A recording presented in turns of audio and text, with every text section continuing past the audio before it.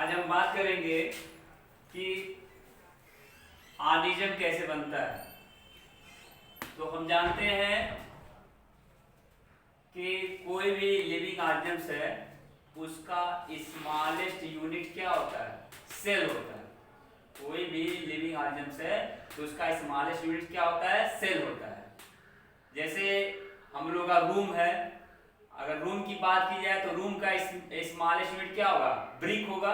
Room जो है brick से मिलकर बना होता है। उसी तरह से हम लोग का बॉडी हुआ या कोई भी लिविंग ऑर्गेनिज्म हुआ तो उसका बॉडी किसका बना होता है? सेल्स का बना होता है। तो लिविंग ऑर्गेनिज्म का सबसे स्मॉलेस्ट यूनिट क्या हुआ? सेल हुआ। तो सबसे पहले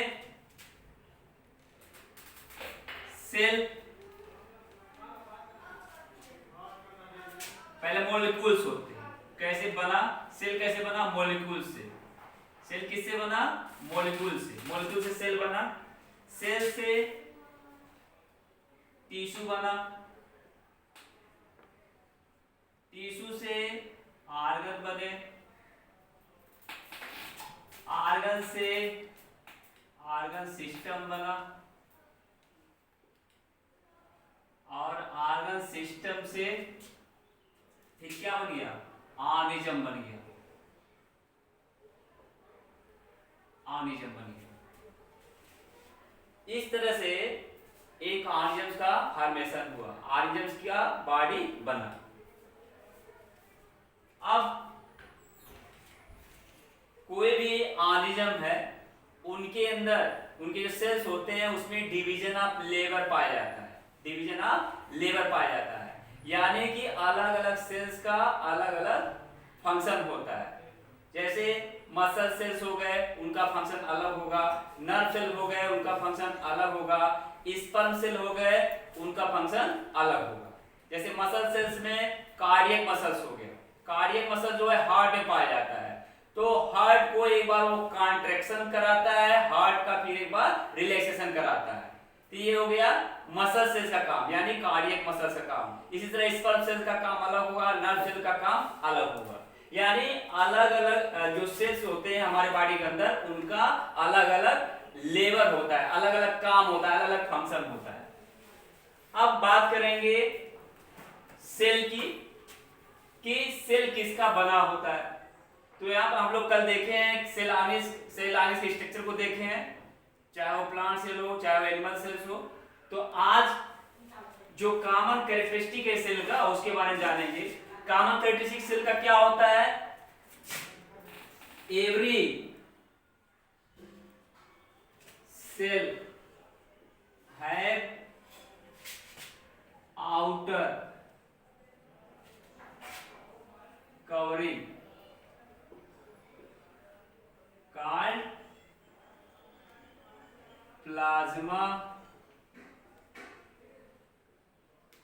मेम्ब्रेन। यानी प्रत्येक जो सेल्स होते हैं उनके पास एक आउटर कवरिंग होता है जिसको हम कहते हैं प्लाज्मा मेम्ब्रेन। ये प्रोटेक्शन का काम करता है, प्रोटेक्टिव लेयर होता है। ये तो हो गया पहला कॉमन कैरेक्टर सेल का। अब सेकेंड पे आएंगे। सेकेंड पे every cell have a nucleus. प्रत्येक सेल्स के पास एक न्यूक्लियस होता है। ये दूसरा कॉमन कैरेक्टर हो गया। अब थर्ड कैरेक्टर क्या होता है सेल का? थर्ड कैरेक्टर ये होगा कि every cell have cytoplasm.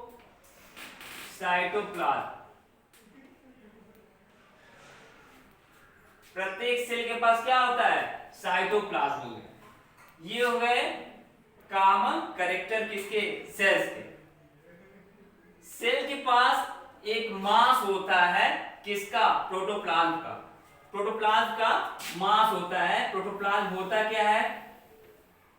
Protoplasm जो होता है ये लिविंग मैटर होता है। लिविंग मैटर होता है लिविंग मैटर ऑफ सेल, जिस सेल में ये प्रोटोप्लाज्म नहीं होगा वह सेल लिविंग नहीं कहलाएगा, यानी वो नॉन लिविंग हो जाएगा। इसलिए प्रोटोप्लाज्म क्या है, लिविंग मैटर है किसका, सेल का। अगर प्रोटोप्लाज्म प्रेजेंट है तो वह सेल क्या है, लाइव है, यानी वो सेल जीवित है। तो सेल का जो मास होता है वो क्या होता है, प्रोटोप्लाज्म होता है। और इसमें और क्या पाया जाएगा, इसमें जो मेन स्ट्रक्चर है सेल के अंदर, वो मेन स्ट्रक्चर कौन कौन से हैं, मेन स्ट्रक्चर प्लाज्मा मेम्ब्रेन हो गया, दूसरा न्यूक्लियस हो गया, और तीसरा क्या हो गया, थर्ड क्या हो गया, साइटोप्लाज्म हो गया। अब उसके बारे में हम लोग बात करेंगे कि मेन स्ट्रक्चर सेल के अंदर कौन कौन से होते हैं।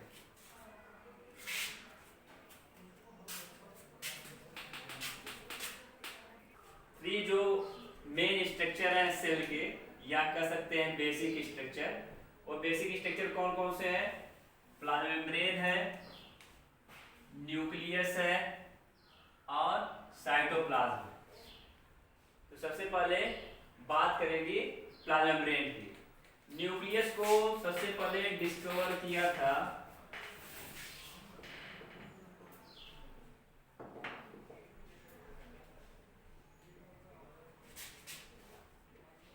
Robert brown.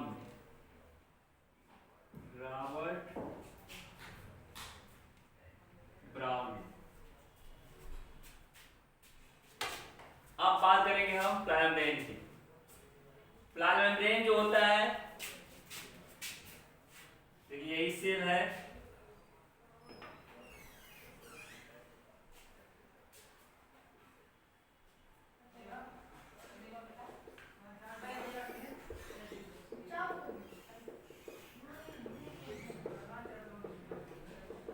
ये सेल है।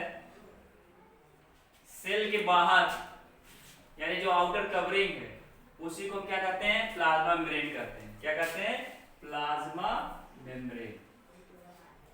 प्लाज्मा मेम्ब्रेन कहते हैं। प्लाज्मा मेम्ब्रेन को और क्या कहा सकता है, प्लाज्मा मेम्ब्रेन को हम सेल मेम्ब्रेन भी कह सकते हैं। प्लाज्मा मेम्ब्रेन को हम क्या कह सकते हैं, सेल मेम्ब्रेन।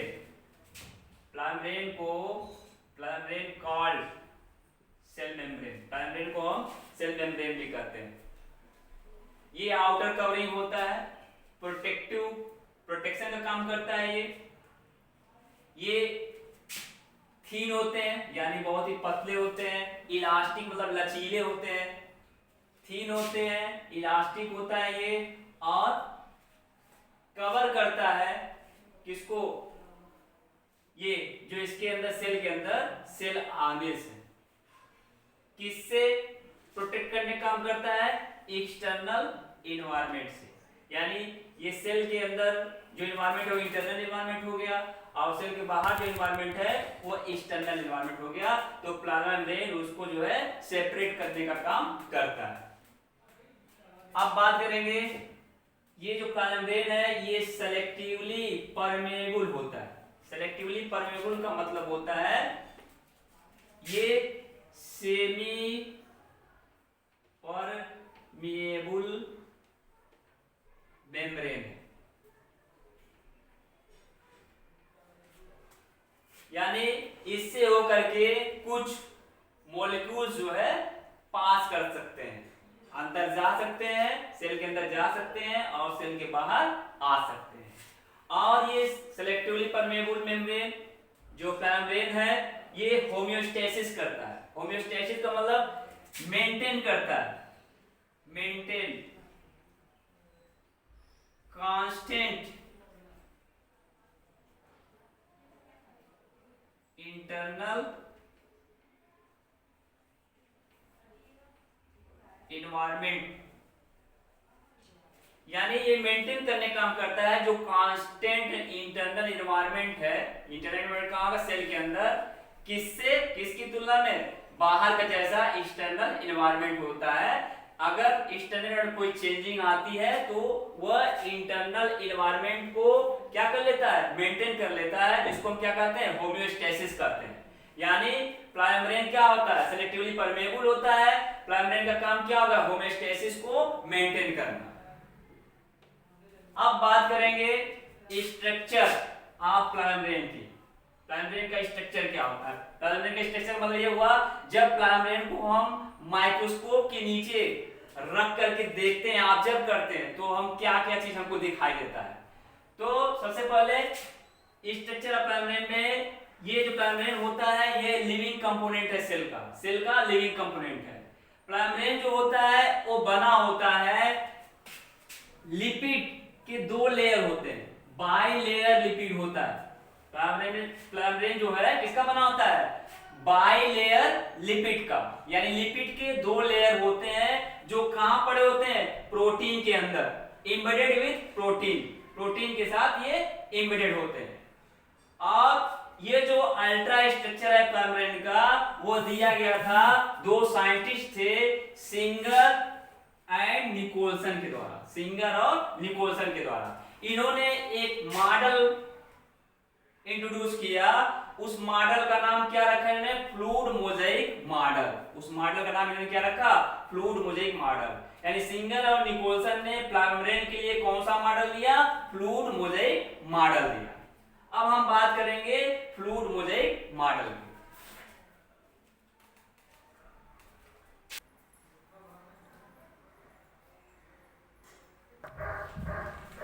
अब बात करेंगे फ्लूइड मोज़ेइक मॉडल की।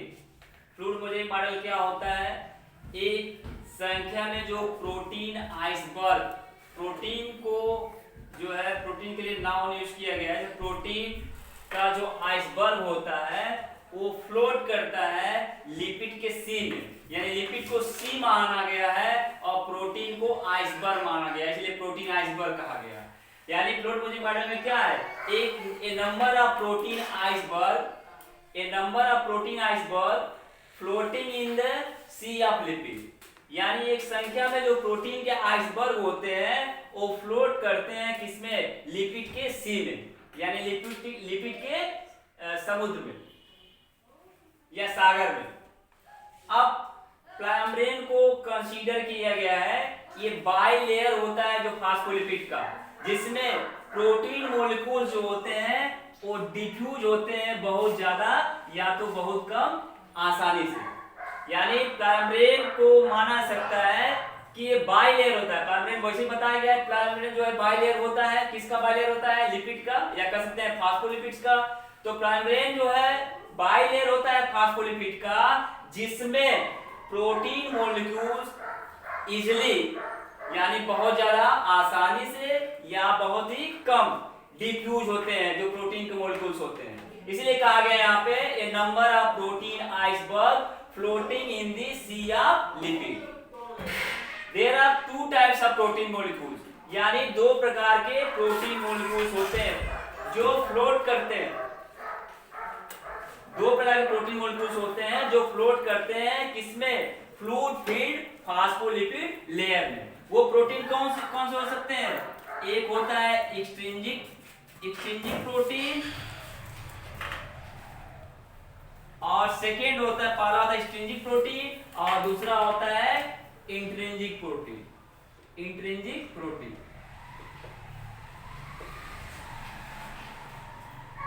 सेकेंड क्या है? फ्लूइड मोज़ेइक मॉडल में दो प्रकार के प्रोटीन मॉलिक्यूल्स होते हैं जो फ्लोट करते हैं किसमें? फ्लूइड फील्ड फास्फोलिपिड लेयर में। वो कौन कौन से प्रोटीन होते हैं? एक्सट्रिंसिक प्रोटीन होते हैं और इंट्रिंसिक प्रोटीन।